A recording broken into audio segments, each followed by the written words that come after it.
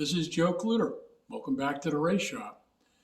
Tonight we're going to tell you a little story about probably the nicest stock car I've ever owned. It was a 1968 Chevelle, number 71, all hand painted, no vinyl, total frame up restoration. Now this story is going to be a little longer than most, but if you hang in there, it's got an amazing ending. And when you look at this car, this is an amazing car. Like I said, it's probably one of the nicest stock cars I've ever owned.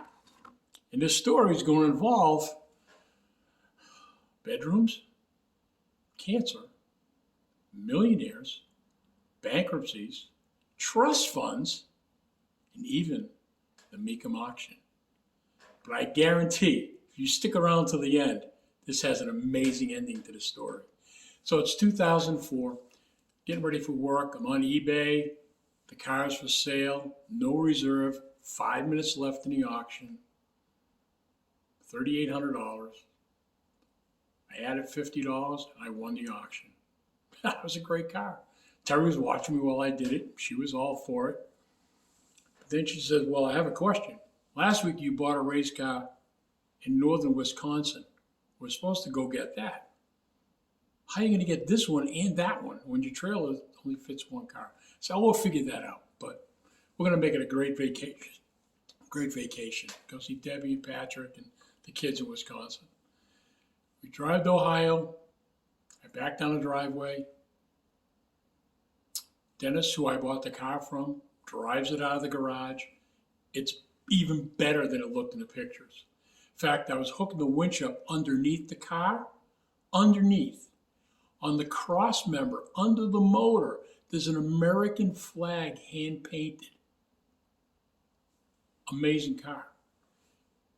As I'm standing there, he has a whole bunch of cash in his hand. He goes, I'll give you all your money back if you just leave it here. I never should have sold it for this low price. This is a pretty historic car. You see, it was Linda Lander that was the first female to win at Sandusky Speedway in this race car. Not only was she able to win a bunch of features, she was the runner-up for the championship in 85 and 86. In fact, in 2016, Linda was inducted into the Sandusky Speedway Hall of Fame. So it's a pretty cool story. It's a pretty cool car, but it's coming home with me. So before I left, he goes, well, come here, I want to take you in the house. So we went to the house, we went to the kitchen. I looked at him and went, you win. He had bought the house, put an overhead door in the back, and the house was full of race cars. In fact, each of the bedrooms, he opened up the doorways. They each had a winning or championship car in each of the bedrooms. So I looked at him and said, which bedroom was this car in? Right? He goes, this one right here. I said, are those trophies for this car? He said, yes, they are. So I said, can I have one? Sure. Pick one of the trophies out. It's great. Drive one of the trophies. And by the way, I've got to go get my wife. So I went out to the truck. I got Terry. Terry, you got to come in the house. I need a witness to this. This is amazing. So she came in. She looked at it. She's my witness. And we packed up, and all was good. That was 2004. Well, shortly after I bought the car, I was diagnosed with colon cancer. So I didn't know what to do. I did take it up to New Hampshire International Speedway for a vintage festival, but decided to sell it. I wasn't sure what was going to happen, so put it on eBay. I hit publish. The minute I hit publish, it was seconds. It disappeared. I looked over, it was in my soul box. Somebody bought it at the buy it now price the minute I posted it. So I called him, congratulations. Any questions about the car? He goes, yeah. He goes, what kind of interior does it have? And I went, one seat? He goes, oh, this is a roundy round car? I said, yeah, it's a roundy round car. He goes, oh, good. I don't have one of those in my collection. So this would be great. I said, so you have a collection? He goes, yeah. Well, in California, I have a collection of 100 cars.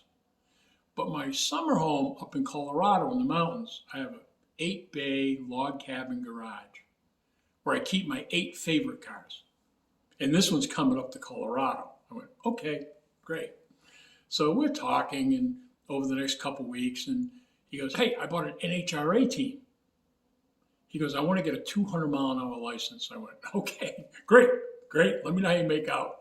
So the car finally gets up to Colorado. He sends me a picture of it with a big red bow on it. It was his Christmas present to himself. So I give him a call, and I said, did you ever get your license? He goes, yes. I sold the team. I never want to go that fast again. So, okay, great. So the car's in a good home. It's in a great collection. It's 2004. I'm going to fast forward 13 years, about 13 years. 2017, I get a phone call from Jerry, Linda's husband. He goes, Linda would really like to buy the car. Do you still have it? I said, no. Do you know where it is? I said, I have a phone number. I can call the guy. So I call the phone number. Woman answers. I said, I'm looking for so-and-so. She said, he's not here anymore.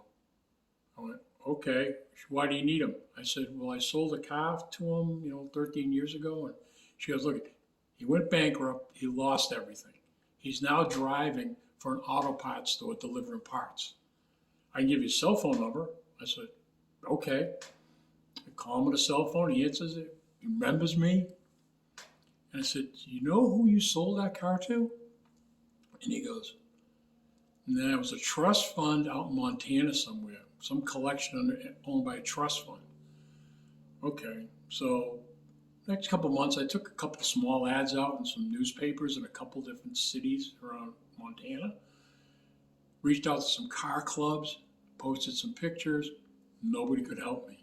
So I felt bad, but I just told, Jerry, I can't help you out. So 4 years goes by. It's this time last year, 2021. I get a phone call. It's from Jerry. Guess what I got in my garage? What, you got to be kidding me. Where did you find it? He said, Joe, it was the funniest thing. Linda was on the Mecum Auction website in Florida, thumbing through, looking at the cars, and doesn't the 71 come up for sale at Mecum? It was part of a large private collection out of Montana. So, whatever the cost was going to be, I had to win that bid. And he was the successful bidder, and he won the car. And it's back in Sandusky. In fact, this picture, this is Linda back with her car that she drove, that she won in, back at Sandusky. So it's a kind of around the world story, 17 years, coast to coast, but has a great ending because that car ended up exactly where it should be. Back with Jerry and Linda in Sandusky, sitting in their garage. So that's the story of the 68 Chevelle, number 71. I'm Joe Kluter. Till next time, follow your dreams, and God bless America.